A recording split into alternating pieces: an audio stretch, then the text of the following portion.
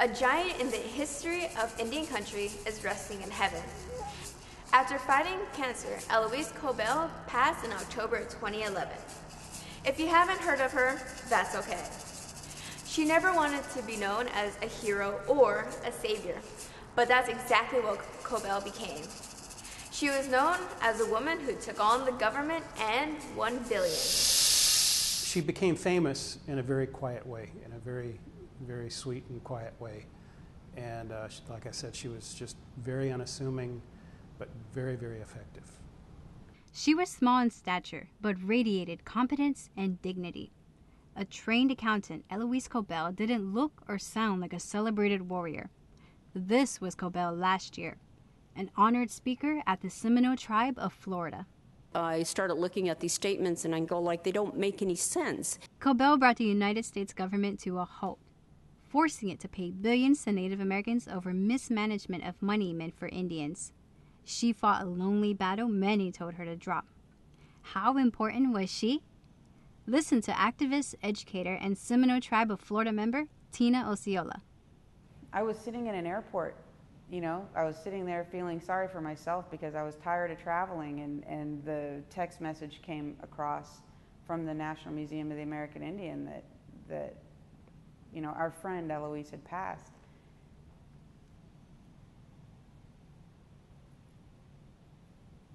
Hold on.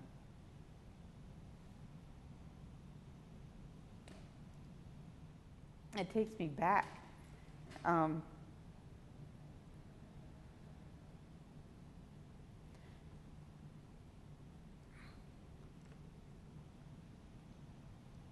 I think what grabbed me the most was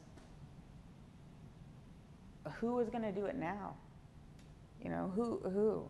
And were there plenty of warrior women out there? But Elouise had that spirit that, once you met her, you felt it. I guess the only thing that got me through and thinking about it was the fact that, you know what?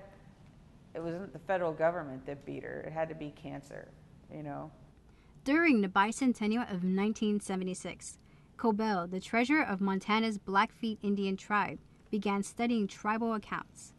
Where was the trust money that the U.S. promised to safeguard for Indians, she asked with an accountant's trained eye. We all grew up with it.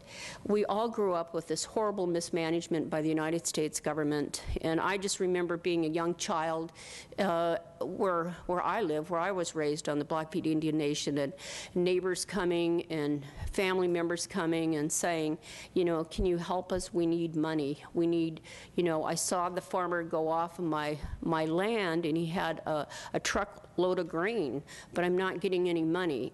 Cobell took on an army of government lawyers with nothing but her quiet dignity and determination.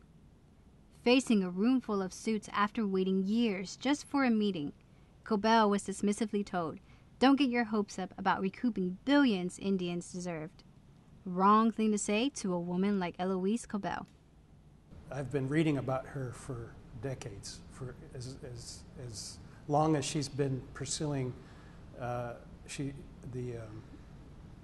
the suit, the lawsuit. She was our one of our big warriors. And the big thing about warriors is that the good warriors is they never give up. Robert Cloud North trains, mentors, and educates Native youth. The Winnebago tribal member says everyone, natives and non-natives alike, can learn from Cobell's courage.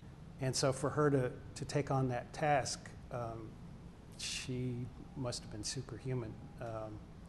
But you had faith in that. Yeah, I mean, it's just kind of a feeling that you have. I think because of her demeanor, that's what made her so successful. It was pretty much a story of David and Goliath. I'm affected by this directly because now I receive checks. I didn't receive checks before because I am part owner of land back in Nebraska.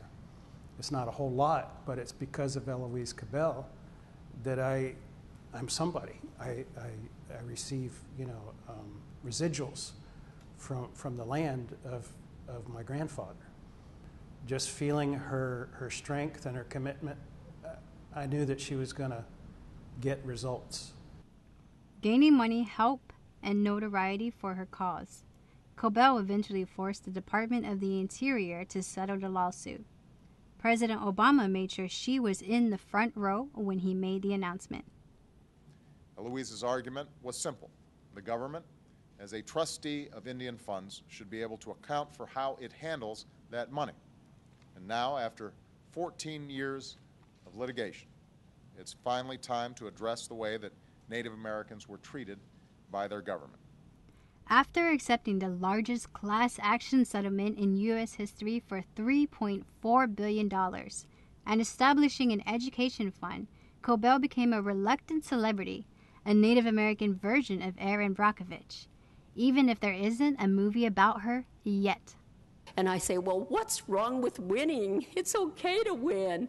And I think sometimes in Indian country that we lose so much, we don't know what it's like to win. And so, it's great to win.